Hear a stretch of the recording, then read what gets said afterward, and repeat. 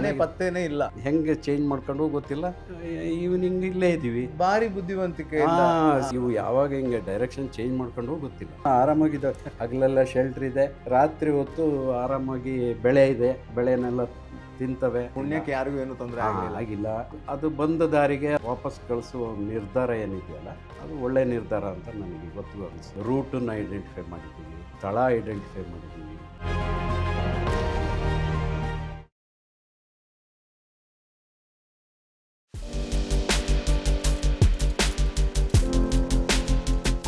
ನಮಸ್ಕಾರ, ಇದು forest diaries.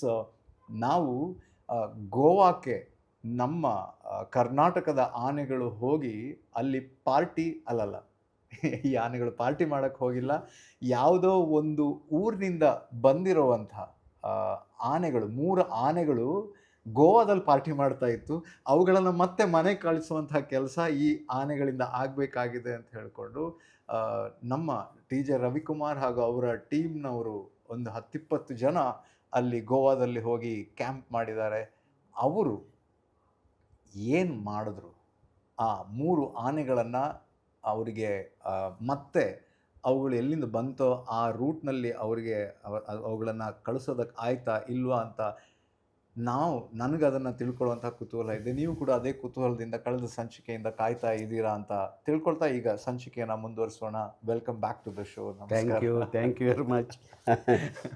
So ಈ ಆನೆಗಳ ಪಾರ್ಟಿ ಎಲ್ಲಿ ತನಕ ಇಲ್ಲ, ಅವು ಭಾಳ ಆರಾಮವಾಗಿದ್ದಾವೆ, ಪಾರ್ಟಿ ಮಾಡ್ತಾ ಇದ್ರು. ಆರಾಮಾಗಿದ್ದಾವೆ. ಹಗಲೆಲ್ಲ ಶೆಲ್ಟರ್ ಇದೆ, ರಾತ್ರಿ ಹೊತ್ತು ಆರಾಮಾಗಿ ಬೆಳೆ ಇದೆ, ಬೆಳೆನೆಲ್ಲ ತಿಂತವೆ. No disturbance. ಯಾರು ಇಲ್ಲಿವರೆಗೆ ಏನು ತೊಂದರೆ ಕೊಟ್ಟಿಲ್ಲ. ಪುಣ್ಯಕ್ಕೆ ಯಾರಿಗೂ ಏನು ತೊಂದರೆ ಆಗಿಲ್ಲ. ಆಗೋದಕ್ಕಿಂತ ಮೊದಲೇ ಇವನ್ ಕಳಿಸ್ಬೇಕು ಅನ್ನೋದು ಇವ್ರದ್ದು ಕನ್ಸರ್ನ್.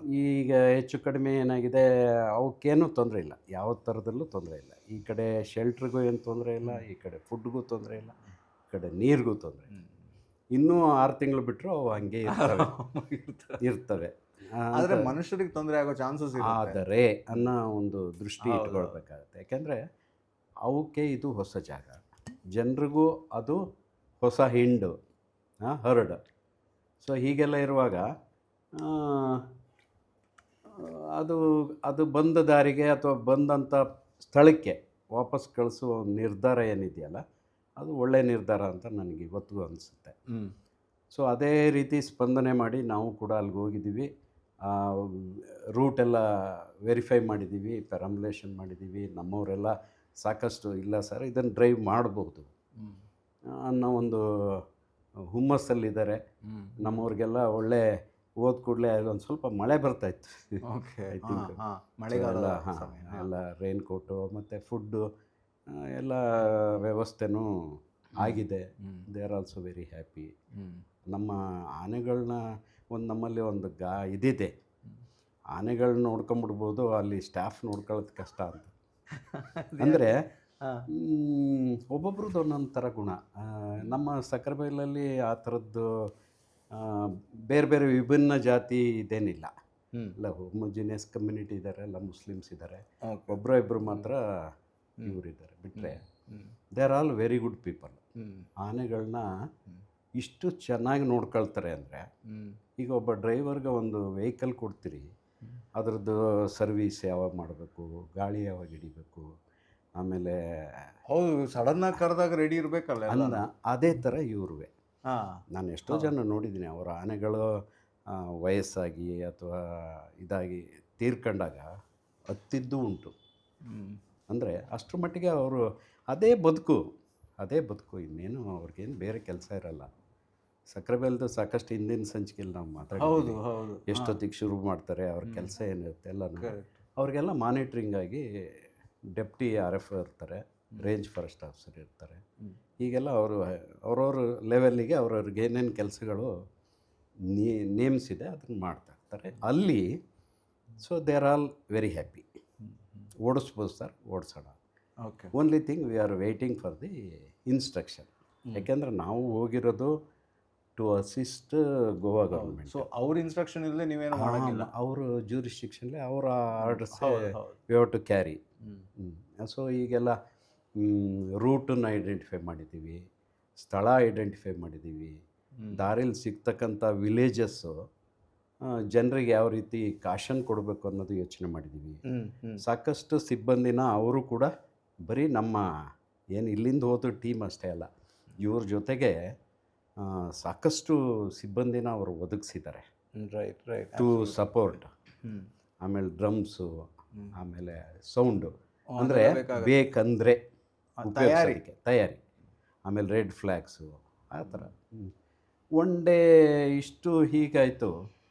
ಬೆಳಿಗ್ಗೆ ಡ್ರೈವ್ ಮಾಡಿಬಿಡೋಣ, ಬೆಳಿಗ್ಗೆ ಬೇಗ ಆದರೆ ಒಂದು ಅಲ್ಲಿಂದ ಅಲ್ಲಿಗೆ ಹಾರ್ಡ್ಲಿ ಅಬೌಟ್ 20 ಕಿಲೋಮೀಟರ್ಸ್ ಇದೆ ಅಂತ ಕಾಣುತ್ತೆ, ಇಫ್ ಐ ರಿಮೆಂಬರ್ ಕರೆಕ್ಟ್ಲಿ. ಅಂದರೆ ನೀವು ಆ 20 ಕಿಲೋಮೀಟ್ರ್ ಆನೆಗಳನ್ನು ಕರ್ಕೊಂಡು ಹೋಗ್ಬೇಕಾ? ಹೌದೌದು, ಅವು ಮುಂದೆ ಹೋಗ್ತಾವ್ರಿ. ಮುಂದೆ ಹೋದಾಗ ನಡ್ಕೊಂಡು ನಡ್ಕೊಂಡು ಅವು ನಮ್ಮ ಎಷ್ಟು ಬೇಗ ನಡೀತವೆ ಒಂದು ಆನೆ? ಅಂದರೆ ನಮ್ಮ ಸಾಕಿದವ ಅಥವಾ ಕಾಡಾನೆ? ಸಾಕಿದಾನೆ ಅಂದರೆ ಸಾಕಿದಾನೆ ನೀವು 30-40 ಕಿಲೋಮೀಟ್ರ್ ನಡೆಸ್ಬೋದು ಒಟ್ಟು, ಬ್ರೇಕ್ ಕೊಟ್ಟು. ಹಾಂ, ಅಂದರೆ ಒಂದು 2-3 ಅವರ್ಸಲ್ಲಿ ಇಲ್ಲ, ಜಾಸ್ತಿ ಆಗುತ್ತೆ, ಜಾಸ್ತಿ ಆಗುತ್ತೆ. ಬ್ರೇಕ್ ಕೊಡ್ಬೇಕು ಮಧ್ಯೆ. ಅವಕ್ಕೂ ಸ್ವಲ್ಪ ದೇಹ ತೂಕ ಅಲ್ವಾ, ಕಾಲುಗಳ ಮೇಲೆ 5-6 ಅವರ್ಸ್ ಬೇಕು. ಕಾಲುಗಳ ಮೇಲೆ ಸಾಧ್ಯ ಇಲ್ಲ. ಕಾಲುಗಳ ಮೇಲೆ ಮನುಷ್ಯರೇ ಹೆಚ್ಚು ಅಂದರೆ 5-6 ಕಿಲೋಮೀಟರ್ ಅಷ್ಟೇ ಆಗುತ್ತೆ. ಸೊ ಡ್ರೈವ್ ಮಾಡೋದು ಅಂದಾಗ ಇವರು ಆನೆ ಮೇಲೆ ಇರ್ತಾರೆ, ಕಮಾಂಡ್ ಕೊಡ್ತಾ ಇರ್ತಾರೆ, ಅವು ಮುಂದಕ್ಕೆ ಬಿಟ್ಕೊಳ್ತೀವಿ ಸರಿಯಾದ ಪಾತ್ ಡೈರೆಕ್ಷನಲ್ಲಿ. 4th ಡೇ 5th ಡೇ ಏನಾಯಿತು, ಮಾರ್ನಿಂಗ್ ವಿ ಸ್ಟಾರ್ಟೆಡ್. ಮುಂದೆ ಹೋಯ್ತು. ಅವಾಗೆಲ್ಲ ಇದೆಲ್ಲ ಅಷ್ಟೊಂದು ಅಡ್ವಾನ್ಸ್ ಆಗಿಲ್ಲಲ್ಲ. ಸಾಯಂಕಾಲಕ್ಕೆ it has come to the same point. ಅಂದರೆ ಸುತ್ತಿ ಭೂಲಯ್ಯ ಅಲ್ಲೇ ಬಂದ್ಬಿಟ್ಟಿದ್ದೀವಿ. ನಾವು ನೋಡ್ತೀವಿ ಸಾಯಂಕಾಲ, ಇದೇನಿದು ಬೆಳಿಗ್ಗೆ ಹೊರಟಾಗಿ ಇದೇ ಮರ ಇತ್ತು, ಇಲ್ಲೇ ಇತ್ತು, ಹಿಂಗೆ ಇತ್ತು. ನೋಡಿದ್ರೆ ನಿಮಗೆ ಫುಲ್ ಡೇಲಿ ಆನೆ ಪತ್ತೇನೇ ಇಲ್ಲ. ಈಗ ಕಾಣ್ತಾ ಇದೆ. ಅದು ಯಾವಾಗ ಡೈರೆಕ್ಷನ್ ಚೇಂಜ್ ಮಾಡ್ಕೊಂಡು ನಾವು ಕಾಡಾನೆ ಹೆಂಗೆ ಚೇಂಜ್ ಮಾಡ್ಕೊಂಡು ಗೊತ್ತಿಲ್ಲ, ಈವ್ನಿಂಗ್ ಇಲ್ಲೇ ಇದ್ದೀವಿ. ಭಾರಿ ಬುದ್ಧಿವಂತಿಕೆ. ಸೀದಾ ಅವು ಈಗ ಕಾಡೊಳಗೆ ನಡೀತಾ ನಿಮಗೆ ಮುಂದಿಂದು ಇದು ಗೊತ್ತಾಗಲ್ಲ, ವಿಸಿಬಿಲಿಟಿ ಇರಲ್ಲ. ಕರೆಕ್ಟ್, ಅಂದರೆ ಜಾಸ್ತಿ ಇದಿರೋದು. ಇವು ಯಾವಾಗ ಹಿಂಗೆ ಡೈರೆಕ್ಷನ್ ಚೇಂಜ್ ಮಾಡ್ಕೊಂಡು ಗೊತ್ತಿಲ್ಲ. ಅಂತೂ ಸಾಯಂಕಾಲಕ್ಕೆ ಅಷ್ಟು ಬುದ್ಧಿವಂತಿಕೆ ಇದೆ. We have come to the same point. So ಇವತ್ತಾಯಿತು ಬಿಡು. ಒಟ್ಟಿನಲ್ಲಿ ನಮಗೇನಂದರೆ ಆ ಜಾಗದಿಂದ ಅವನ್ನ ಬಿಡಿಸ್ಬೇಕಾಗಿತ್ತು. ಆ ಎಫರ್ಟ್ ಆಯಿತು ಅವತ್ತು ಸಕ್ಸಸ್ಫುಲಿ. ಒಟ್ಟು ಯಾರೋ ನಮ್ಮನ್ನು ನೋಡ್ತಿದ್ದಾರೆ ಅಂತ, ನಮ್ಮನ್ನು ಆಚೆ ಕಳಿಸ್ಬೇಕು ಅಂತ ನೋಡ್ತಿದ್ದಾರೆ. ಒಂದು ಕ್ಲೂ ಸಿಕ್ಕಿದೆ. ಅವಕ್ಕೆ ಕ್ಲೂ ಸಿಕ್ದಂಗೆ ಆಯಿತು. ಒನ್ ಡೇ ನಮ್ಮದು ವೇಸ್ಟ್ ಆದ್ರೂ ಸೊ ಹಾಲ್ಟ್ ಮಾಡಿದ್ದೀವಿ ಅವತ್ತು ಅಲ್ಲೇ. ಎಲ್ಲಿ ಹೋಗಿದ್ರು ಅಲ್ಲೇ ಹಾಲ್ಟ್ ಮಾಡೋದು. ನಮ್ಮ ಗೆಸ್ಟ್ ಹೌಸಲ್ಲಿ ನಾವು ಉಳ್ಕೊಂಡ್ವಿ. ಮಾವುತರು ಆನೆಗಳ ಜೊತೆನೇ ಕಾಡಲ್ಲ, ನಿಯರ್ ಬೈ ವಾಲ್ಪೊಯ್. ಮತ್ತೆ ರಿಟರ್ನ್ ಅಷ್ಟೇ ಬಂದ್ಬಿಡ್ತೀವಿ, ಅಲ್ಲಿಗೆ ಹತ್ರ ಇರುತ್ತೆ. ಓಕೆ, ಈಗೇನು ನಾವು ಆನೆ ಇಳಿಸಿ ಅದ್ರ ಬಿಡಾರ ಮಾಡಿದ್ದೀವಿ, ಅಲ್ಲಿಗೂ ತುಂಬ ಡಿಸ್ಟೆನ್ಸ್ ಏನಿಲ್ಲ, 1 hour ಇರ್ಬೋದು. ಓಕೆ, ಸೊ ನಾವು ಜೀಪಲ್ಲಿ ಹೋಗೋದಲ್ವ, ಹೋಗ್ತೀವಿ. ಅದಾಯಿತು. ಆಮೇಲೆಲ್ಲ ಆಯಿತು. ಮತ್ತೆ ನೆಕ್ಸ್ಟ್ ಡೇ ಮತ್ತೆ ಆಪ್ರೇಷನ್ ಶುರು. ಆಪ್ರೇಷನ್ನು ಅಲ್ಲೊಂದು ಹೈವೇ ಬರುತ್ತೆ. ಆ ಹೈವೇನ ದಾಟೋದಕ್ಕೆ ಅವಕ್ಕೆ ಇಷ್ಟ ಇಲ್ಲ. ಓಕೆ, ಇವತ್ತಿಗೂ ಅದು ರೀಸನ್, ಅದು ಹುಡ್ಕಕ್ಕೆ ಹೋದ್ರೆ ತುಂಬ ಕಷ್ಟ ಇದೆ. ಯಾಕೆ ಅಂತ ಗೊತ್ತಿಲ್ಲ. ಅಲ್ಲಿಗೆ ಹೋಗ್ತವೆ, ಮತ್ತೆ ವಾಪಸ್ they come back to the original where they halted, ಆ ಥರ. ಆಮೇಲೆ ಆಯಿತು, ಎಲ್ಲ ಆಯಿತು. ನೆಕ್ಸ್ಟ್ ಡೇ ಅಂತೂ ಬಿಡಲಿಲ್ಲ. ಆ ಕಡೆ ಈ ಕಡೆ ಎಲ್ಲ ಕಡೆ ಕವರ್ ಮಾಡಿಕೊಂಡು ಗುರಿ ಮುಟ್ಟಿಸಿದ್ವಿ. ಹೆಂಗೆ ಅಂದರೆ ಹೀಗೆ ಎಂಟೈರ್ ಡೇ ಆಯಿತು. ಸೊ ಹೋದು. ಓಕೆ, ಸೊ ಅದ್ರದ್ದು ಆಪ್ರೇಷನ್ ವಾಸ್ ಓವರ್.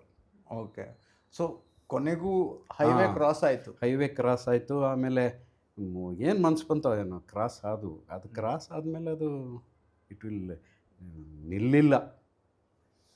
ಅದ್ರ ಎಲ್ಲಿಂದ ಬಂದವು, ನಾವೇನು ರೂಟ್ ಮಾಡಿದ್ವಿ, ರೂಟ್ ಐಡೆಂಟಿಫೈ ಮಾಡಿದ್ವಿ, ಎಲ್ಲಿಂದ ಬಂತು ಅಂತ. ಆ ರೂಟಲ್ಲಿ ದೊಡ್ಡ ಸೇಮ್ ಅದೇ ರೂಟ್ಗೆ ಟಚ್ ಮಾಡಿದ್ವಿ. They went back.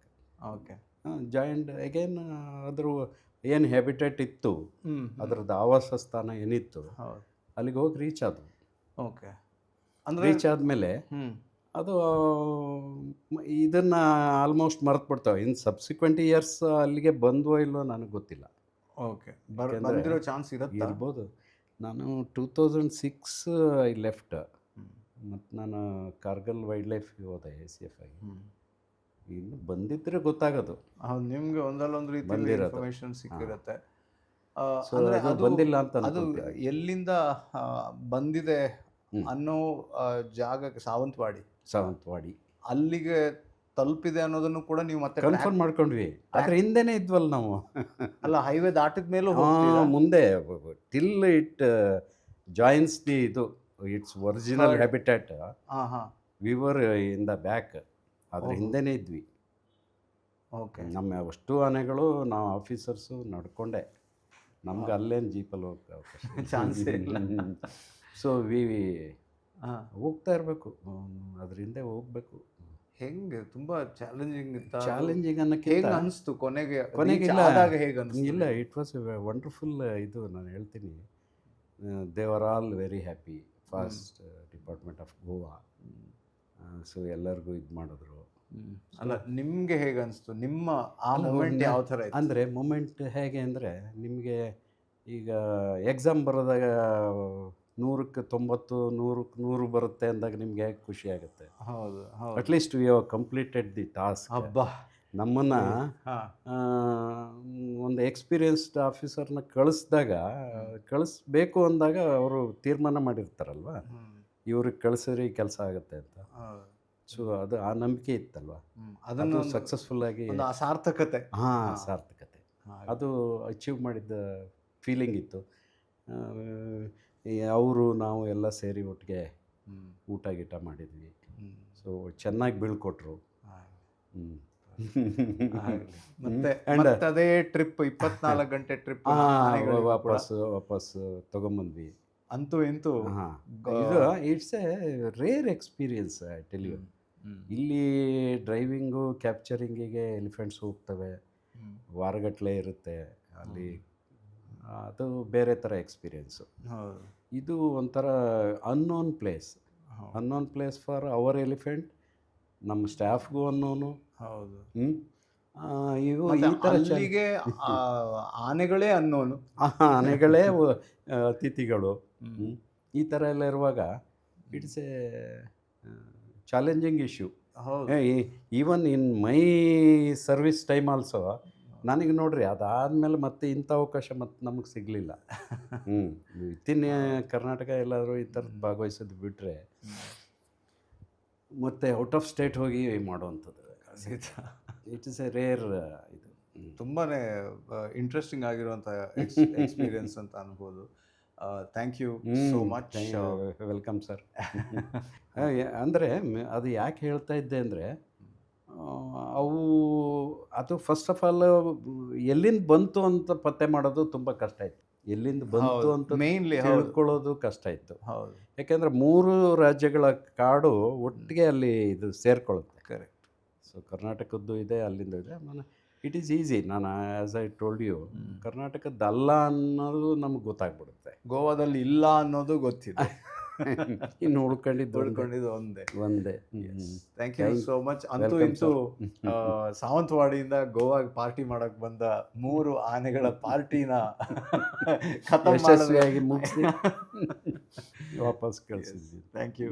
Welcome. Forest ಡೈರಿಯಲ್ಲಿ ಮತ್ತಿಷ್ಟು ನಿಮ್ಮ ಹತ್ರ ಕಥೆಗಳನ್ನು ಕೇಳಬೇಕು, ಎಲ್ಲರೂ ಕಾಯ್ತಾ ಇದ್ದೀರಾ ಅಂತ ತಿಳ್ಕೊಳ್ತಾ ಈ ಸಂಚಿಕೆಯನ್ನು ಇಲ್ಲೇ ಮುಗಿಸ್ತಾ ಇದ್ದೀವಿ. ಮುಂದಿನ ಸಂಚಿಕೆಯಲ್ಲಿ ಸಿಗೋಣ. ನಮಸ್ಕಾರ.